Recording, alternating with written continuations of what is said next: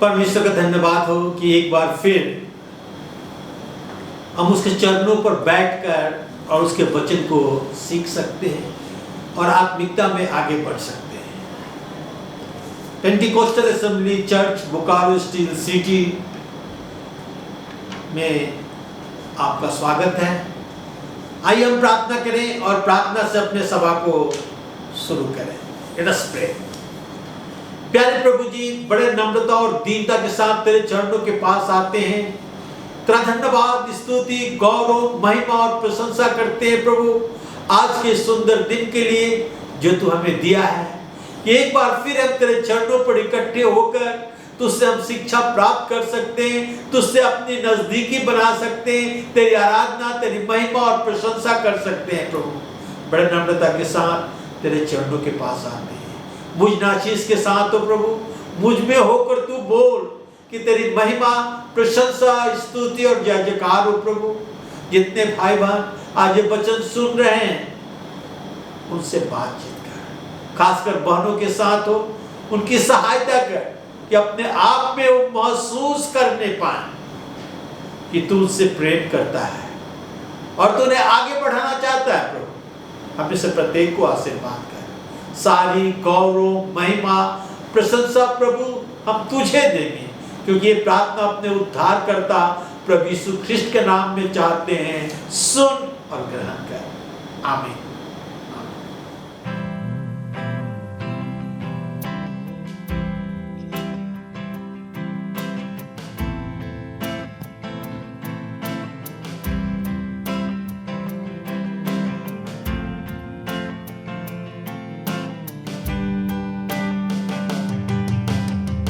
I see the King of glory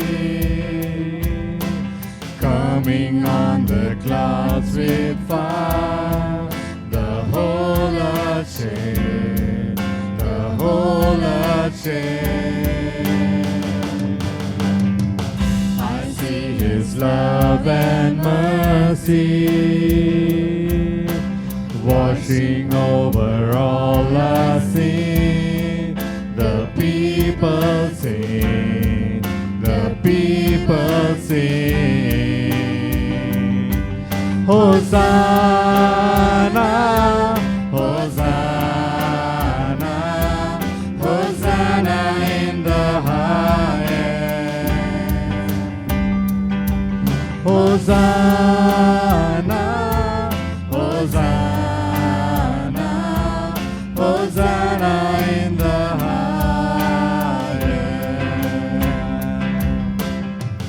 I see a generation rising up to take their place with selfless faith, with selfless faith. I see a near revival stirring as we pray and sing. We're on our knees, we're on our knees. Hosanna, Hosanna, Hosanna in the highest. Hosanna, Hosanna, Hosanna in the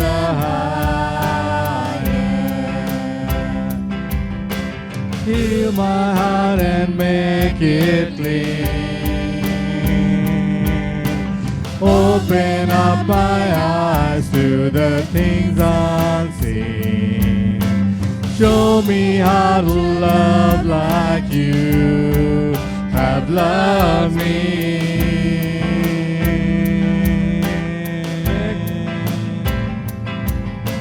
Break my heart for what breaks yours. Everything I am for your kingdom's cause. As I walk from earth into eternity.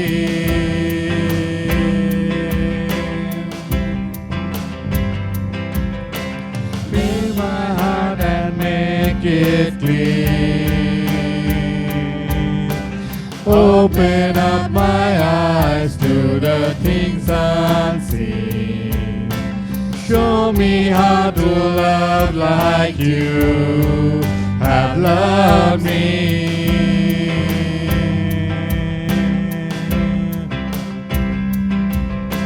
Break my heart for what breaks yours. Everything I am for your kingdom's cause. As I walk from earth into eternity.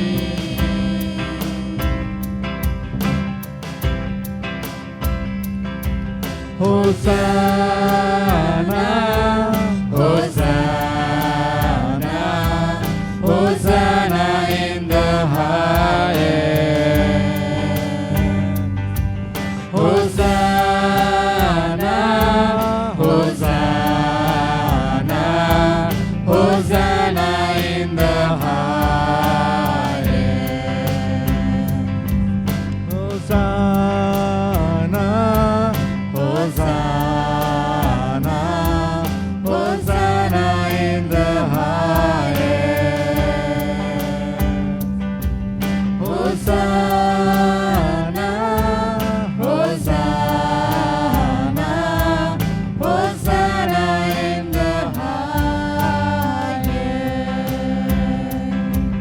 Hosanna in the highest.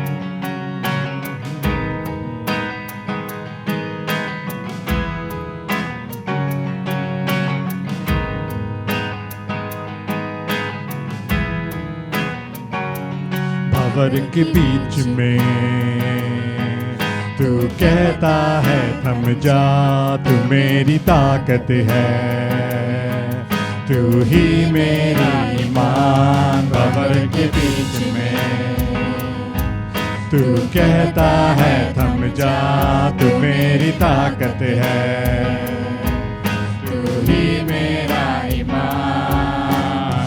इस पल में तू साथ मेरे था, आज भी मेरे साथ है खड़ा, आने वाले कल में भी होगा। उठते हुए तूफानों में तू ही मेरी चट्टान, बढ़ती हुई लहरों पे तेरे कदमों के निशान। बीमारियों में तू कहता है उठ जा यहोवा राफा, तू ही मेरा शिफा। बीमारियों में तू कहता है उठ जा यहोवा राफा, तू ही मेरी शिफा। बीत कल में तू साथ मेरे था, आज भी मेरे साथ है खड़ा, आने वाले कल में भी होगा। उठते हुए तूफानों में तू ही मेरी चट्टान,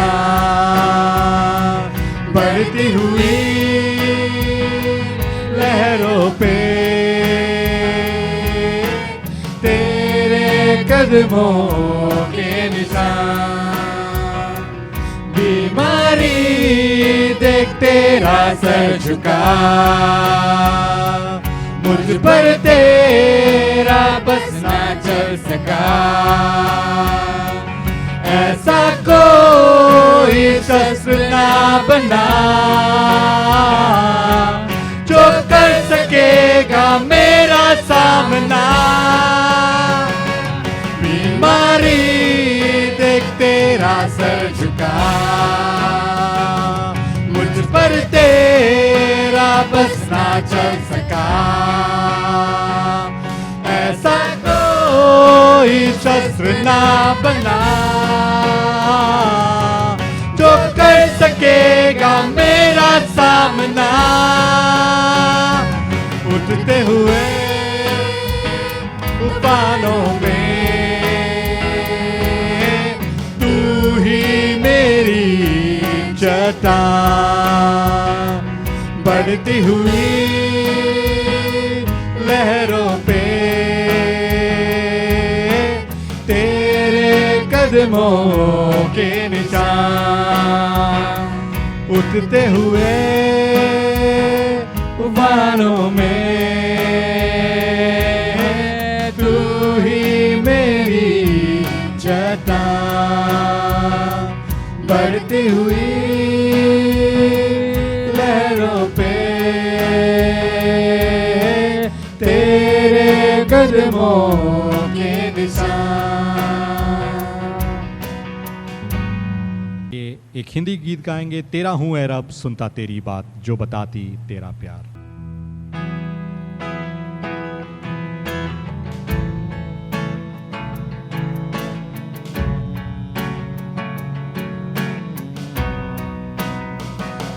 तेरा हूँ ऐ रब सुनता तेरी बात, जो बताती तेरा प्यार।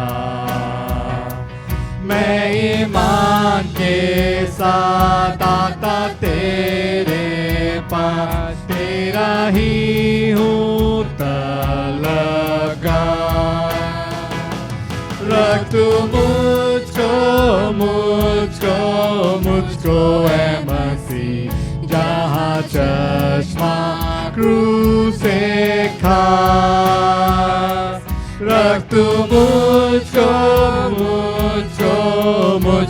है मसीह, अपने जख्मी पहलू पा।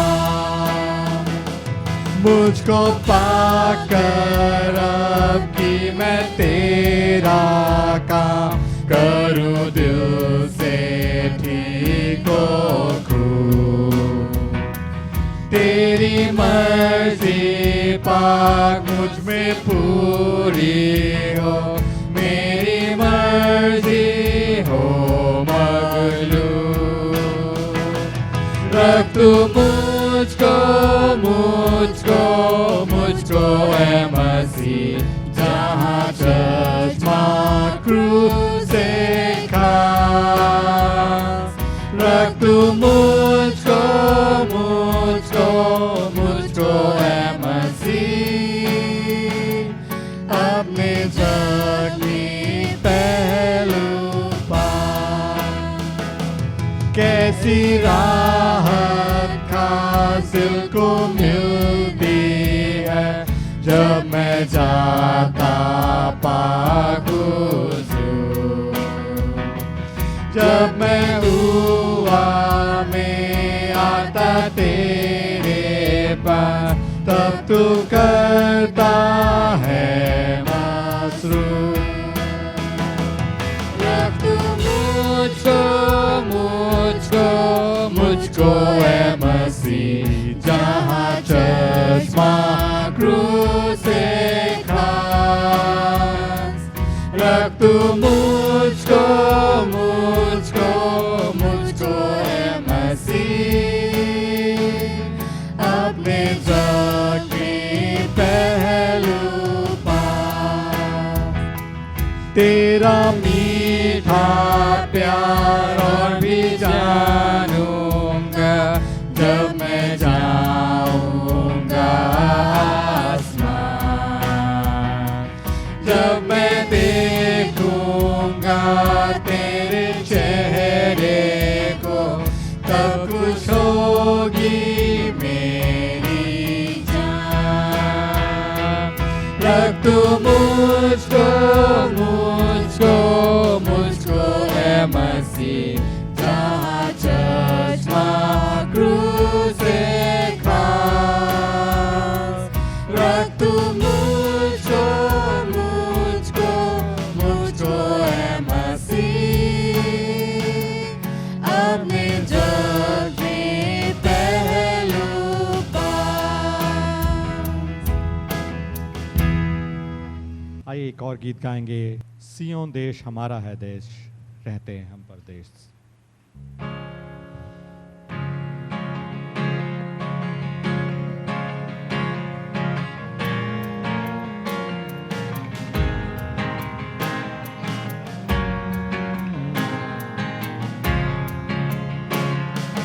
सियोन देश हमारा है देश, रहते हैं हम परदेश,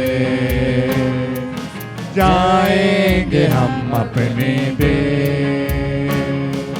सियोन देश हमारा है देश, रहते हैं हम परदेश,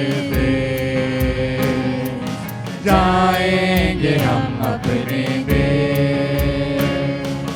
hallelujah hallelujah hallelujah hallelujah hallelujah hallelujah hallelujah hallelujah. दुख जो हमारे यहाँ ना होंगे फिर वहाँ, दुख जो हमारे यहाँ ना होंगे फिर वहाँ, सारे दुखों का अंत होगा, सारे दुखों का अंत होगा। दुख के ये आंसू यीशु पोंछेगा, दुख के ये आंसू यीशु पोंछेगा। सियोन देश हमारा है देश, रहते हैं हम परदेश, जाएंगे हम अपने देश।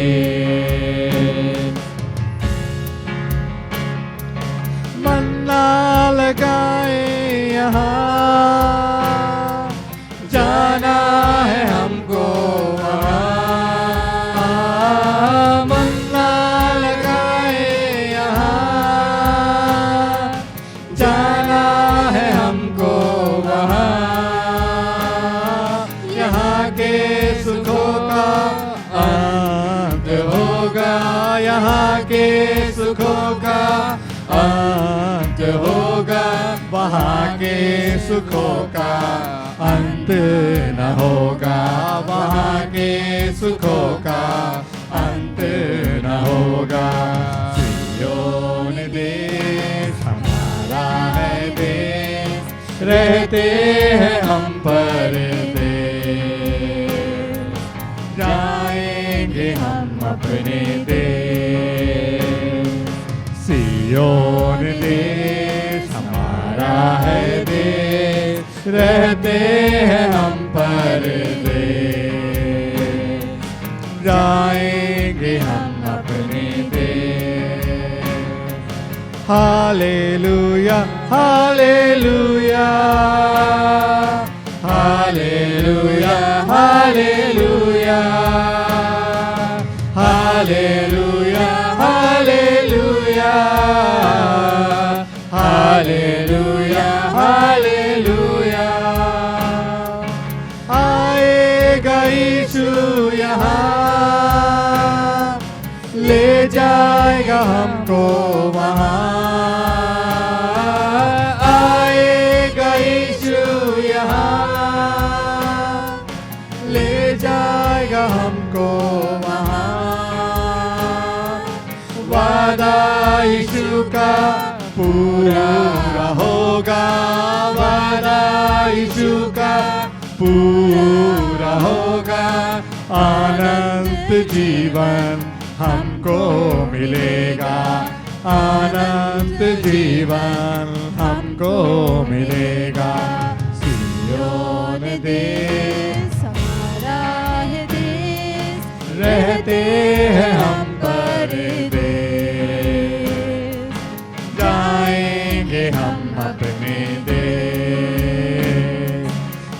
सियोन देश हमारा है देश, रहते हैं हम परदेश, जाएंगे हम अपने देश, जाएंगे हम अपने देश, जाएंगे हम अपने देश।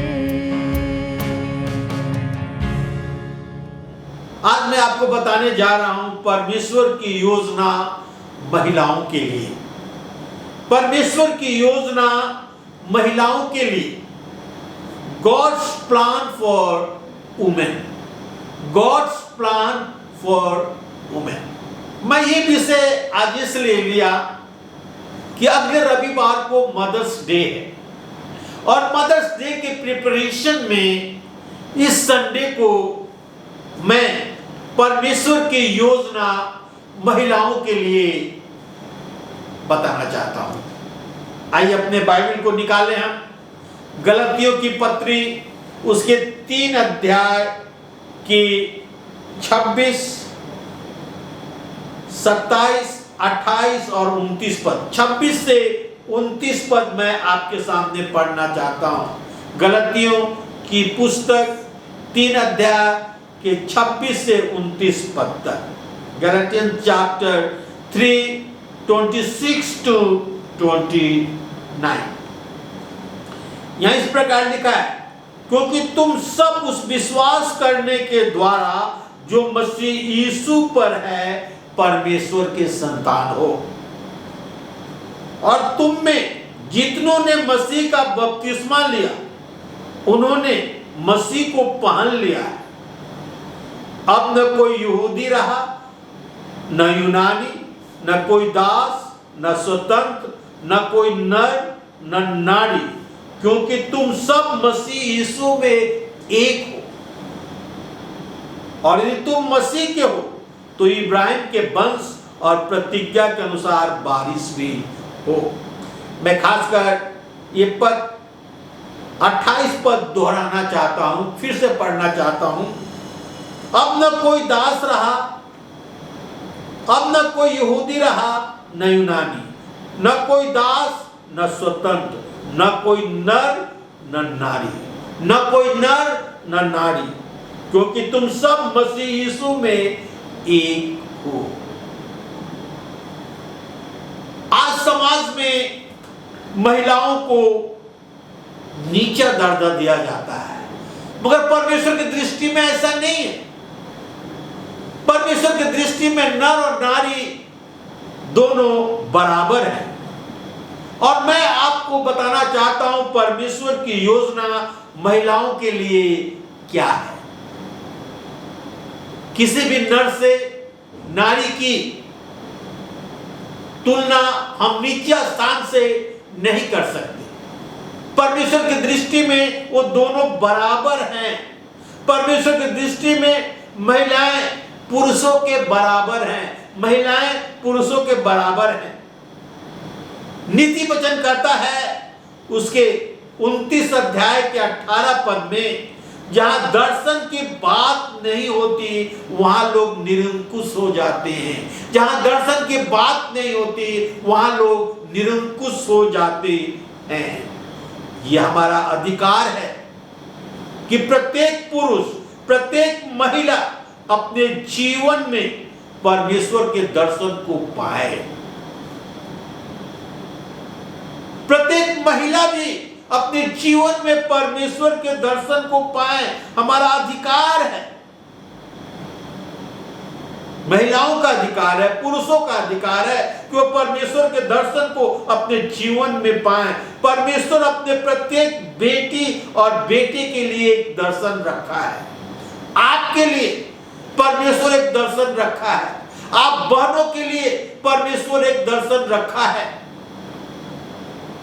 यह हमारी जिम्मेवारी है कि हम उस दर्शन को प्राप्त करें, उस दर्शन को खोजें, उस दर्शन पर अमल करें।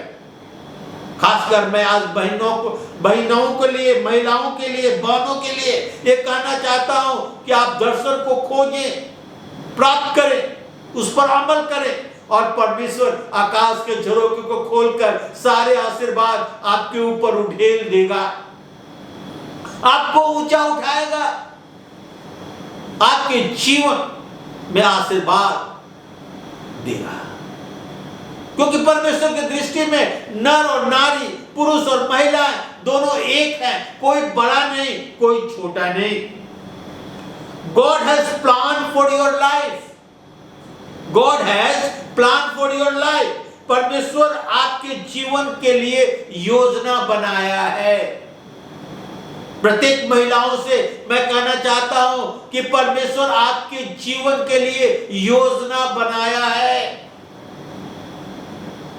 आपको परमेश्वर की योजना को जानना है, उस पर चलना है। आइए हम जाएं यिर्मयाह भविष्यवक्ता के पुस्तक उसके 29 अध्याय के 11 से 14 पद तक। यिर्मयाह चैप्टर 29 11 to 14 वर्ड। यहां इस प्रकार लिखा है, क्योंकि यहोवा की यह वाणी है कि जो कल्पनाएं मैंने तुम्हारे विषय में करता हूं उन्हें मैं जानता हूं। वे हानि की नहीं वरन कुशल की हैं, और अंत में तुम्हारी आशा पूरी करूंगा। तब उस समय तुम मुझसे पुकारोगे और मैं आकर मुझसे प्रार्थना करोगे और मैं तुम्हारी सुनूंगा।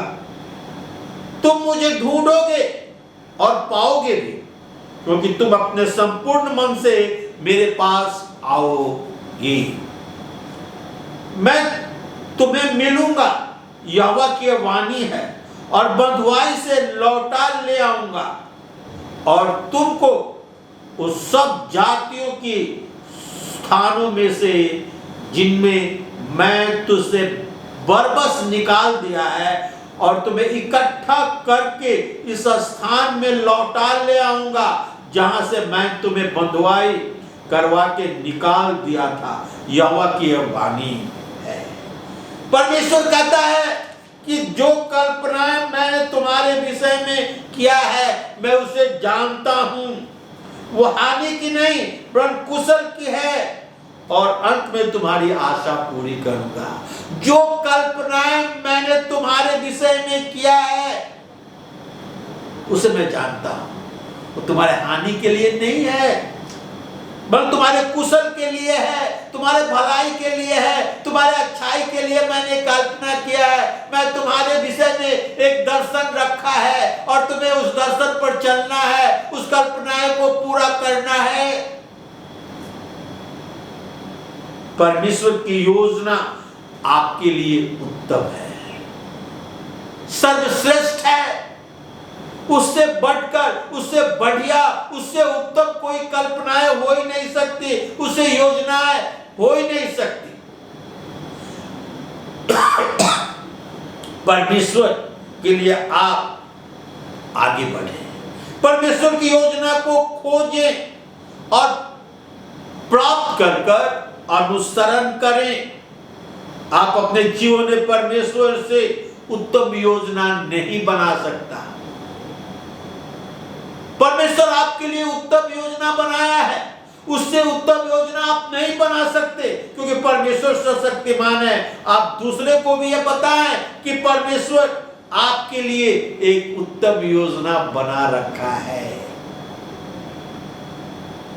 ये मूर्खता होगी कि हम परमेश्वर की योजना को छोड़कर किसी और योजना का अमल करें, हम सफल नहीं होंगे, परमेश्वर का आशीर्वाद हमें नहीं मिलेगा। पहला कदम यह है कि परमेश्वर की योजना को जानें, प्रार्थना करें और इस योजना की खोज करें। जो योजना, जो प्लान परमेश्वर ने आपके लिए बनाया है उसे खोजें, प्राप्त करें, अनुसरण करें। यिर्मयाह 29 अध्याय के 12 पद में कहता है, तब उस समय तुम मुझको पुकारोगे और आकर मुझसे प्रार्थना करोगे और मैं तुम्हारी सुनूंगा। परमेश्वर कहता है तुम मुझे पुकारोगे, तुम मुझसे प्रार्थना करोगे और मैं तुम्हारी सुनूंगा। हाँ, परमेश्वर आपसे प्रतिज्ञा करता है कि वो आपकी प्रार्थनाओं को सुनेगा। आप यहां गौर करेंगे कि परमेश्वर कहता है जब तुम प्रार्थना करोगे और मुझे खोजोगे तो मैं तुझे सुनूंगा और मैं तुझसे मिलूंगा। तुम मुझे खोजोगे तो मुझे पाओगे। जब मुझसे प्रार्थना करोगे तो मैं तुम्हारी प्रार्थना को सुनूंगा। परमेश्वर की प्रतिज्ञा है कि हमारी प्रार्थनाओं को सुनेगा। दूसरे शब्दों में परमेश्वर के नजर में आप बहुत बहुत बहुत बहुत महत्वपूर्ण हैं। आप परमेश्वर नजर में बहुत और बहुत महत्वपूर्ण हैं। आप अपने आप को कम न समझे। केवल प्रार्थना ही नहीं, परंतु परमेश्वर हमारे जीवन में से क्या चाहता है मुझे बताए, मुझ पर प्रकट करे और हम उसके अनुसार चलेंगे। हम प्रार्थना करके और परमेश्वर की इस योजना को, उस प्लान को पाना है। आप अपने जीवन में ऐसा कोई काम नहीं करते। आप सोचते हैं कि मैं तो स्त्री हूं, मैं तो महिला हूं, मैं किसी योग्य नहीं। अब अपने जीवन को यूं ही बर्बाद ना करें, जाने ना दे। परमेश्वर आपको इस्तेमाल करना चाहता है, आपको आशीष देना चाहता है, आपको ऊंचा उठाना चाहता है। परमेश्वर के दृष्टि में नर और नारी, पुरुष और महिलाएं दोनों बराबर हैं। मैं चाहता हूं कि महिलाएं आज मानसिक गुलामी से स्वतंत्र हो जाए। शैतान उनके दिमाग को गुलाम बनाकर रखा है। महिलाएं सोचती है मैं तो महिला हूं, मैं क्या कर सकता हूं। आप अपने शक्ति को नहीं जानती। आप शक्तिमान हैं। परमेश्वर ने आपको शक्तिमान बनाया है, बल दिया, मगर शैतान आपको गुलाम बना के रखा है। शारीरिक से अधिक मानसिक गुलाम बना कर रखा है। ये मानसिक गुलामी क्या है कि हम कुछ नहीं कर सकते, हम तो महिला हैं।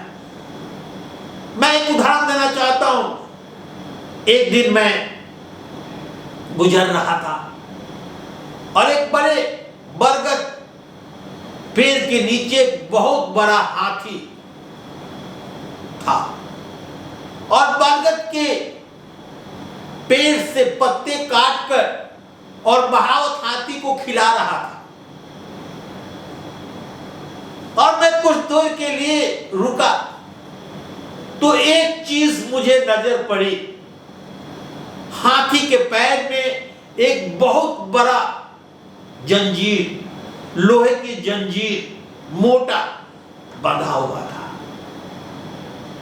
और वो जंजीर बगल में रखे एक प्लास्टिक के कुर्सी से बंधा हुआ था और हाथी हिल नहीं रहा था, वहां से हट नहीं रहा था। क्यों? क्योंकि उसे मालूम था कि वो बंधा हुआ है। क्या चीज से बंधा हुआ है? प्लास्टिक के कुर्सी से। सोचे, हाथी कुछ क्षण में उस प्लास्टिक के कुर्सी को तोड़ सकता है, उसे घसीट कर ले जा सकता है, मगर चुपचाप खड़ा है सिर्फ इसलिए कि वो बंधा हुआ है। उसे अपने शक्ति का ज्ञान नहीं है क्योंकि मानसिक रूप से वो गुलाम हो गया है कि मैं बंधा हुआ हूं। थोड़ा इमेजिन करें, वो हाथी बलवान, शक्तिमान, उस कुर्सी को 1 मिनट में चकनाचूर कर सकता है, उस कुर्सी को खींच कर ले जा सकता है, मगर उसके मन में क्या है कि मैं बंधा हुआ हूं, इसलिए वहीं पर खड़ा है। मानसिक गुलामी। उसी प्रकार शैतान जो है महिलाओं को मानसिक गुलाम बनाकर रखा हुआ है कि वो कुछ नहीं कर सके, वो स्त्री है, वो बंधी हुई है। आपको स्वतंत्र होना है, मानसिक गुलामी से स्वतंत्र होना है। मेंटल स्लेवरी जो शैतान आपको बना कर रखा है। परमेश्वर की कलीसिया आज में बहुत सारी महिलाएं हैं जो अपने जीवन में संकीर्ण विचार रखती है और संकीर्ण जीवन व्यतीत करती है कि हम तो महिला हैं, हमसे कुछ नहीं होगा। नहीं, शैतान महिलाओं से झूठ बोल रखा है और उन्हें कायल कर रखा है, उन्हें संदेह में रखा है कि उनका जीवन महत्वपूर्ण नहीं है, जो कि गलत है। इसलिए वे महत्वपूर्ण नहीं है तो उनके जीवन के विषय में सोचने की आवश्यकता नहीं है। वो अपने लक्ष्य, उद्देश्य और विषय में कुछ सोचने की आवश्यकता नहीं है। उनका कुछ लक्ष्य नहीं है, उनका कुछ उद्देश्य नहीं है। नहीं, ऐसी बात नहीं है। आप मानसिक गुलामी से आगे बढ़े। महिलाएं परमेश्वर के लिए महत्वपूर्ण है। महिलाओं की योजना को अपने जीवन में पाकर, महिलाएं परमेश्वर की योजना को अपने जीवन में पाकर और महत्वपूर्ण और बड़े बड़े काम कर सकती हैं। आप कभी ना सोचिए कि आप महिला हैं, आप कुछ नहीं कर सकती। जब हम बाइबल पढ़ते हैं तो पाते हैं कि परमेश्वर के राज के लिए महिलाओं का परमेश्वर ने बहुत इस्तेमाल किया। आज का मेरा दूसरा पॉइंट है women of influence. Women of influence, प्रभावकारी महिलाएं। और आज हम तिमोथी के मां के विषय में देखेंगे कि तिमोथी के मां का प्रभाव कैसे तिमोथी पर था। दूसरा तिमोथी 1 अध्याय के 5 पद हम देखेंगे। यहां लिखा है, दूसरा तिमोथी 1 अध्याय के 5 पद, और मुझे तेरे उस निष्कपट विश्वास की सुधि आती है जो पहले से तेरी नानी लुइस और माता यूनिके में थी, और मुझे निश्चय हुआ है कि तुम में भी है। हम पौलुस प्रेरित जब तिमोथी को दूसरा पत्र लिखता है तो कहता है कि मुझे तेरे उस निष्कपट विश्वास की सुधि आती है जो पहले तेरे नानी लुइस और तेरी माता यूनिक में थी, और मुझे निश्चय हुआ है कि वो तुम में भी है। पौलुस प्रेरित यह रिफर करता है तिमोथी के नानी और तिमोथी के मां के विषय में। तिमोथी का नानी का नाम लुइस था और मां का नाम यूनिस था। दोनों दादी और मां तिमोथी के जीवन में अपना प्रभाव डाला। तिमोथी की नानी और उसकी मां दोनों उसके जीवन में प्रभाव डाला। तिमोथी की मां विश्वासिनी थी पर पिता विश्वासी नहीं था। प्रेरितों के काम में, प्रेरितों के काम 16 अध्याय में हम जाएंगे और उसके 1 और 2 पद, प्रेरितों के काम 16 अध्याय के 1 और 2 पद में लिखा हुआ है, फिर वो दिरबे और लुस्त्रा में भी गया और देखो वहां तिमोथी नाम का एक चेला था जो किसी विश्वासी यहूदनी का पुत्र था, परंतु उसका पिता यूनानी था। वो लुस्त्रा और इफिसुस के भाइयों के बीच में सुनामी था। हम देखते हैं यहां पर कि फिर जब पौलुस लिखता है तिमोथियस के विषय में कि किस प्रकार हम देखते हैं कि वो दिरबा और लुस्त्रा में गया और वहां तिमोथियस नाम एक व्यक्ति जो विश्वासी था, जिसके विषय में कहता है उसकी मां विश्वासी यहूदी थी परंतु उसका पिता विश्वासी नहीं था। हम देखते हैं यहां पर कठिन परिस्थिति में भी उसकी मां जो थी विश्वासी थी। मां यूनिस अपना धार्मिक प्रभाव तिमोथी पर छोड़ा और लेगेसी, पैतृक प्रभाव उसके जीवन में डाला। यूनिस अपने विश्वास की छाप, प्रभाव तिमोथी पर डाला और तिमोथी के जीवन में था। जब वो अपना घर छोड़कर दूसरे जगह गया, वहां भी विश्वास में बना रहा और लोग उसके विषय में बात करते थे। यद्यपि यूनिस के घर में एक सही धार्मिक माहौल नहीं था, फिर भी उसने अपने बेटे के जीवन में अपना प्रभाव डाली और तिमोथी एक अच्छा पास्टर बना। आज मैं इस पर जोर देना चाहता हूं कि आप अपना धार्मिक प्रभाव अपने बच्चों पर डालें, तो वे आगे चलकर परमेश्वर में बने रहेंगे और परमेश्वर के आशीर्वाद को पाएंगे। नीति वचन 22 अध्याय के 6 पद में कहता है, लड़के को शिक्षा उसी मार्ग को दे जिसमें उसमें चलना चाहिए और वो बुढ़ापे में भी उससे न हटेगा। लड़के को शिक्षा उसी मार्ग में दे जिसे उसमें चलना चाहिए और बुढ़ापे में भी उसे वो न हटेगा, उसमें बना रहेगा। एक लड़का या लड़की के लिए अच्छा है कि वो माता पिता एक अच्छा जीवन व्यतीत करें और उनके अगुवाई में चले। यदि माँ है, आप अपने बच्चे पर प्रभाव डाल सकती हैं जो आप चाहते हैं और आपका बेटा या बेटी परमेश्वर में आगे बढ़ सकती है। मूसा के माँ का प्रभाव, मूसा का माँ का नाम योकोबेद था। बहुत लोग नहीं जानते हैं मूसा के नाम, माँ का नाम योकोबेद, आप याद रखें। योकोबेद के 3 बच्चे थे, मूसा, आरोन एंड मिरियम। योकोबेद एक बुद्धिमान महिला थी जो धार्मिक और परमेश्वर का भय मानने वाली थी। जब मूसा बच्चा होकर जन्मा, उसे बहुत कठिन परिस्थिति थी। हम देखते हैं कि मिस्र में राजा जो था, वो सारे इस्राएल यहूदी के बच्चों को मार देता था। जितने मेल चाइल्ड बच्चे उत्पन्न होते थे उन्हें मार देता था। और मूसा की मां मूसा को बहुत दिन तक छिपा कर रखी, अपने दूसरे बेटे आरोन को भी छिपा के रखी। किस प्रकार उन्हें बचा कर रखी, एक और विषय कभी मैं उसे बतलाऊंगा। और एक बेटी थी मिरियम।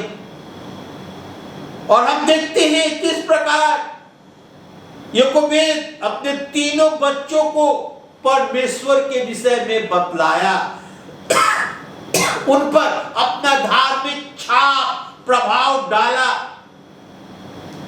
आगे चलकर हम देखते हैं मूसा, आरोन और मिरियम तीनों अगुआ बने, लीडरशिप पोजीशन पर आए और पूरे इस्राएल यहूदियों को मिस्र से निकालकर एक ऐसे देश में ले गए जहां दूध और मधु की धाराएं बहती है। क्यों? क्योंकि उनकी मां योकोबेद का प्रभाव उन पर था। कठिन परिश्रम में, कठिन स्थिति में उन्हें पाला, परमेश्वर के विषय में बतलाया और आगे चलकर ये तीनों लीडरशिप पोजीशन पर आए। योकोबेद का प्रभाव अपने बच्चों पर था और जानते हैं परमेश्वर ने उसे कैसे आशीर्वाद दिया। योकोबेद एक ऐसी औरत थी जो प्रतिज्ञा के देश प्रॉमिस लैंड में प्रवेश की। हम इसे बहुत जानते हैं कि जिन्होंने विश्वास नहीं किया वो 40 वर्षों में मरुभूमि और जंगल में घूम घूम कर और मारे गए और प्रतिज्ञा के देश में प्रवेश नहीं किए। योकोबेद के लिए एक प्रिविलेज था, अवसर था कि मिस्र से निकलकर और प्रतिज्ञा के देश में प्रवेश की, कनान में प्रवेश की। मां का प्रभाव बच्चों पर बहुत बढ़ सकता है। आप एक परमेश्वर की महिला अपने बच्चों पर प्रभाव डाल सकती है। और तीसरा पॉइंट मैं बताना चाहता हूं, when women pray they touch the heart of God। जब महिलाएं प्रार्थना करती है तो परमेश्वर के दिल को छू लेती है। यदि हम और आप पहला सामुएल में जाएंगे, उसके 1 अध्याय, पहला सामुएल उसका 1 अध्याय के 10 से 17 पद पढ़ेंगे तो आपको मालूम होगा कि हन्ना मंदिर में जाकर और परमेश्वर से प्रार्थना कर रही है।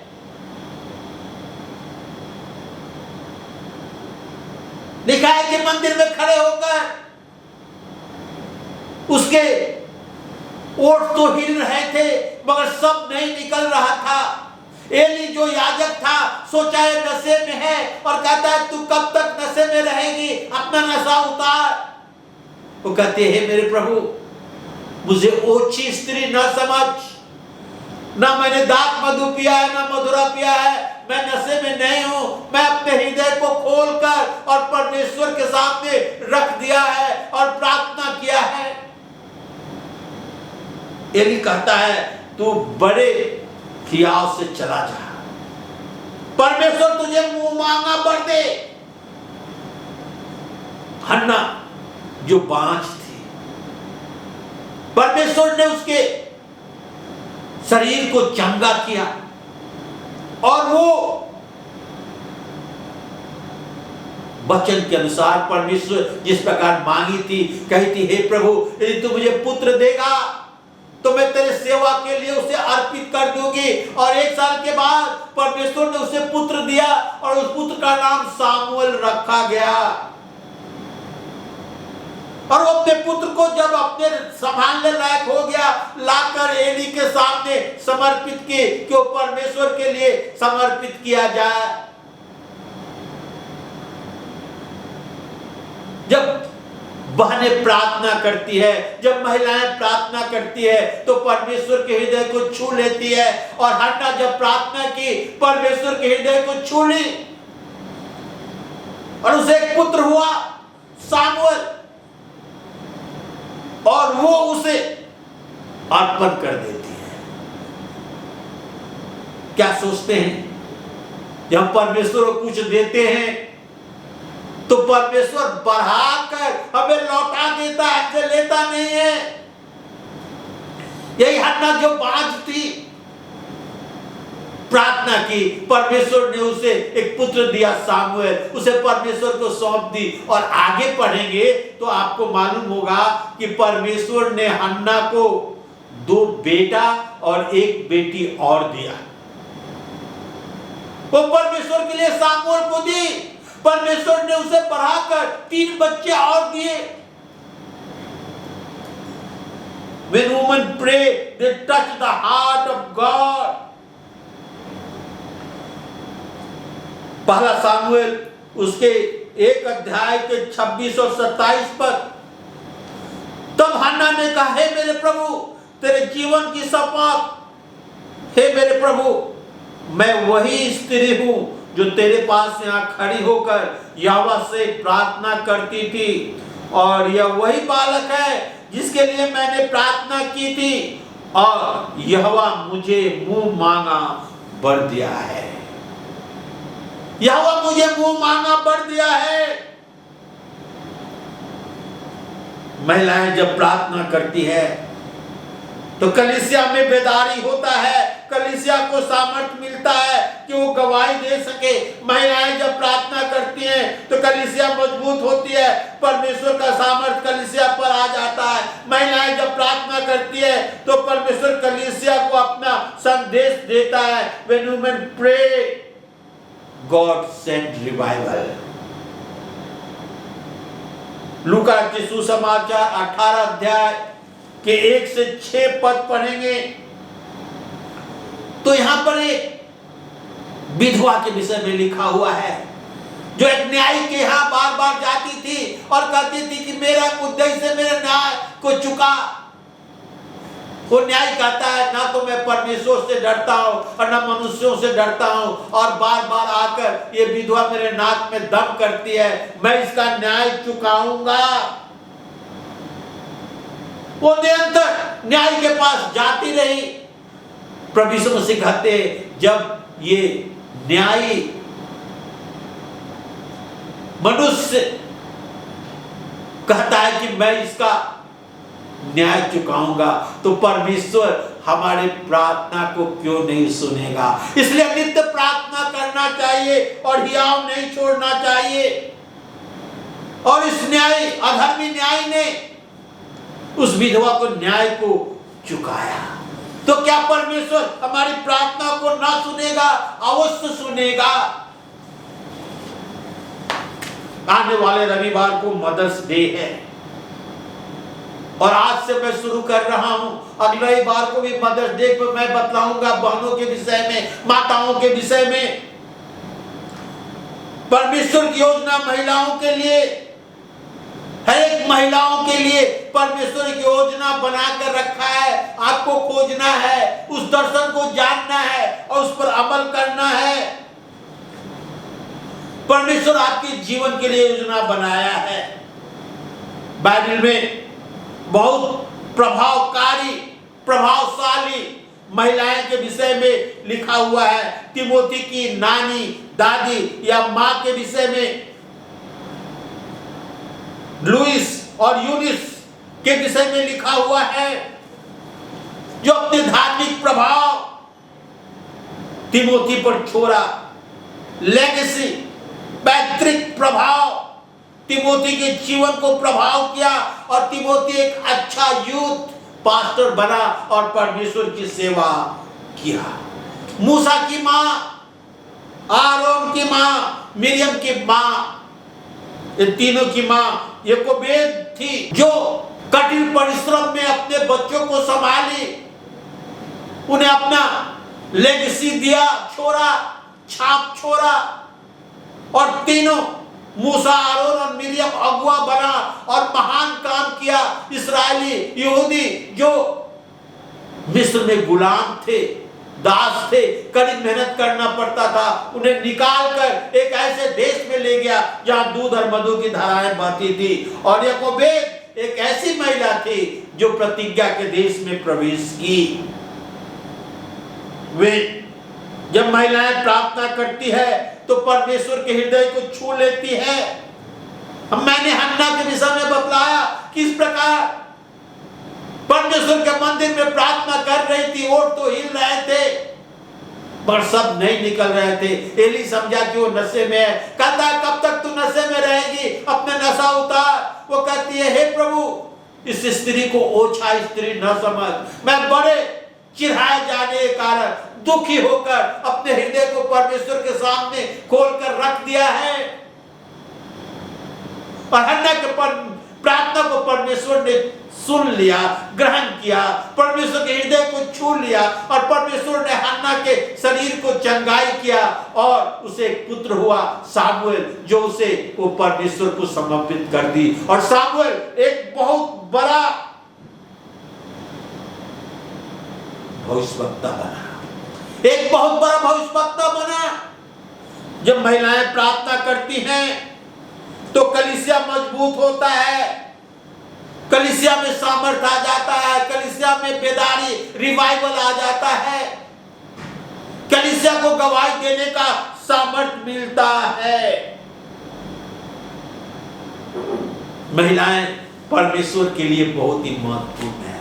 परमेश्वर के सामने पुरुष और महिलाएं दोनों बराबर है, न कोई नर रहा न नारी, सब प्रभु यीशु मसीह में एक हैं। आप अपने आप को मानसिक गुलामी से आजाद करें। क्या आप महिला हैं, आप कुछ नहीं कर सकती, आजाद करें अपने आप को। कभी कभी हम अपने मानसिक गुलामी में पड़े रहते हैं, जिस प्रकार मैंने हाथी का उदाहरण दिया, एक प्लास्टिक के चेयर से बंधा हुआ है। उसके पास इतना शक्ति है कि वो तोड़ सकता है, मगर वो गुलाम है मानसिक रूप से। उसी प्रकार शैतान महिलाओं को गुलाम बना कर रखा है और वो आपको आजाद करना चाहता है। आप आजाद हो, परमेश्वर के दर्शन के खोजी हो, परमेश्वर के लिए काम करें और परमेश्वर आकाश के झरोखे को खोलकर सारा आशीर्वाद आपके ऊपर उधेल देगा। आइए हम प्रार्थना करें। पवित्र महान जीवित सामर्थ्य प्रभु, बड़े नम्रता और दीनता के साथ तेरे चरणों के पास आते हैं और तेरा धन्यवाद करते हैं प्रभु। एक बार फिर बहनों महिलाओं को तेरे हाथ में सौंपते हैं प्रभु। ने शक्ति और सामर्थ्य दे कि वो तेरे सेवा में आगे बढ़े और तेरी महिमा, प्रशंसा, स्तुति और जय जयकार हो प्रभु। हमेशा प्रत्येक के साथ हो। सारी गौरव, महिमा, प्रशंसा प्रभु तुझे देते हुए ये प्रार्थना अपने उद्धारकर्ता प्रभु यीशु ख्रिस्ट के हाथ में, प्रभु यीशु ख्रिस्ट के हाथ में सौंपते हुए प्रभु यीशु ख्रिस्ट के नाम में चाहते हैं, प्रभु यीशु ख्रिस्ट के द्वारा। आमीन।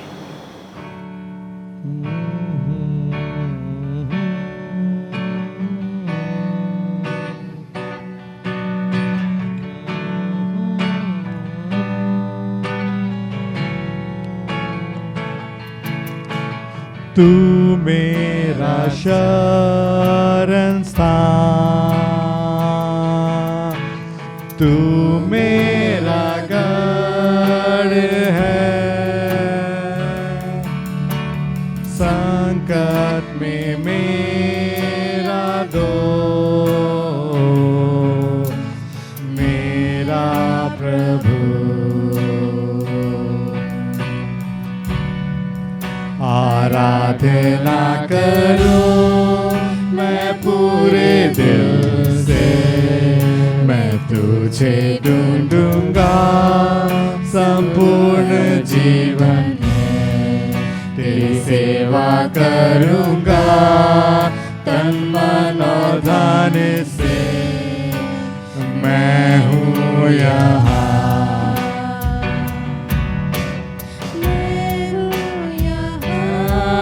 प्रभु,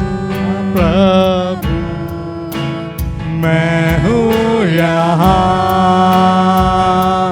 प्रभु, मैं हूँ यहाँ प्रभु, मैं हूँ यहाँ।